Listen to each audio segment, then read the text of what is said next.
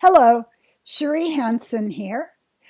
We have sunshine, and there isn't even a black, threatening thunder cloud creeping over the top of the mountain toward us today. So, yoo-hoo! Maybe I'll get out and get some gardening done, and that makes me happy. Today I wanted to talk about speed. No, not that kind of speed. Your rhythm. We have certain rhythms that are part of our personality. It's kind of like music. It's kind of like a beat that happens in your life. And I'm noticing that the last 3 days, my body has called for me to slow down. Horrendous rains, lightning, storms sweeping through. And it's fascinating for me to watch how animal we are. I mean, we can think we're an intellect, or, we have plans, we have visions, we have drive, all the rest of it. But something that I have noticed more recently in the last 2 to 3 years is how animal we are. What I mean by that is there are times that being in a body, being physical, means that we're vulnerable to outside forces. We're vulnerable to weather systems. We're vulnerable to times of sadness. We're vulnerable to the energy that swirls on the face of the earth, hitting us and, having an effect on us. And the thing that happens when you are a life coach and you're dealing with your clients is you start to get a bigger picture. And what I mean by that is we tend to think of ourselves as a closed off entity. I am myself. I share little with other people. Nothing affects me. I just keep grinding on like an automaton or like a artificially intelligent creature. But that's simply not true. When certain energies hit the earth, when, solar flares, or, the gravitational field is changing, or continents are moving, and Lord knows all the various things that are happening that we're not even intellectually aware of. But our bodies feel them. Our bodies feel what is happening. And so we get into a place where there is an ebb and flow. It's like waves hitting on a shore. What affects those waves? The wind, crafts going by, ships going by, various volcanic activity under the surface that can't be seen.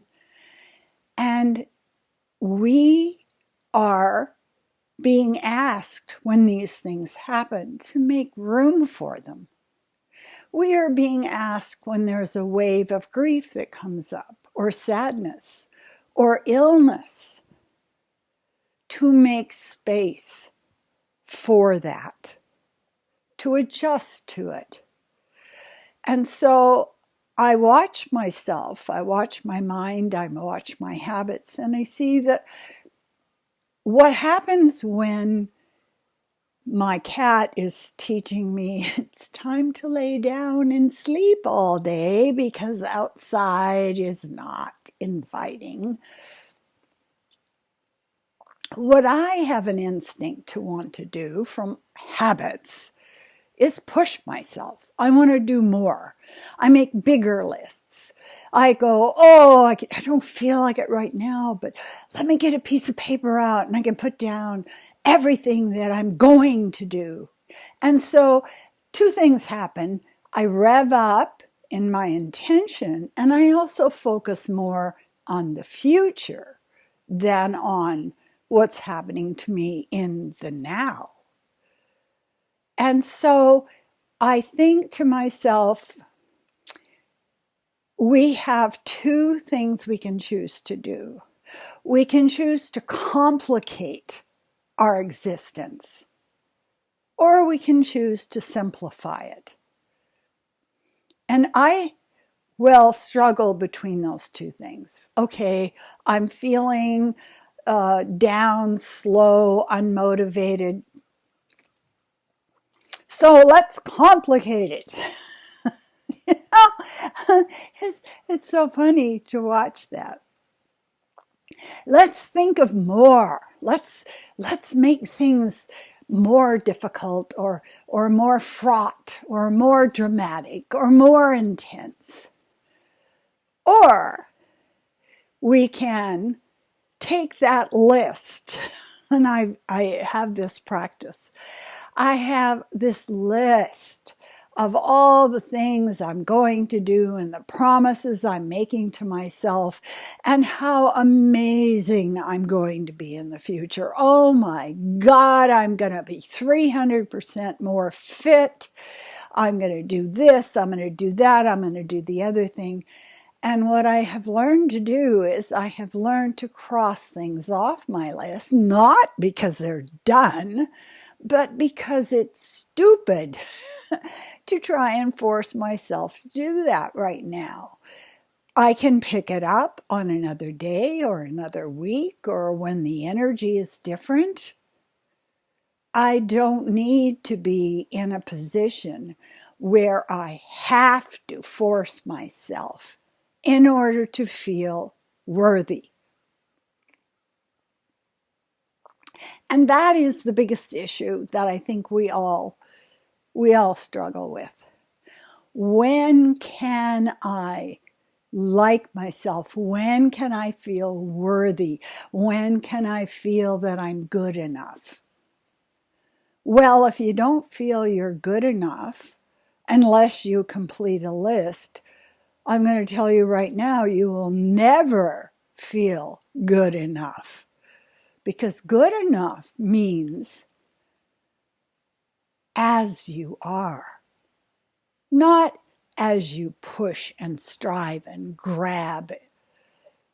There's a whole difference between flow, play, growth, blossoming, and being in a coal mine with a pick. Yeah, you gotta work harder. So as the weather is fairly dreadful in the last 3 days, and I have just laid back and done very little, I watch how I have this urge inside me to push for bigger goals. And that's just amazing. You can't do a normal day right now because of the energy, because of the swirling, because of the weather. So let's push you further. Well, that doesn't make me feel very content in the nest of myself. This is not a way to come to contentness. And so Todd, my teacher, curls up in a ball with his little paws over his face, and he sleeps all day. Why does he sleep all day? Because it's not the time to push.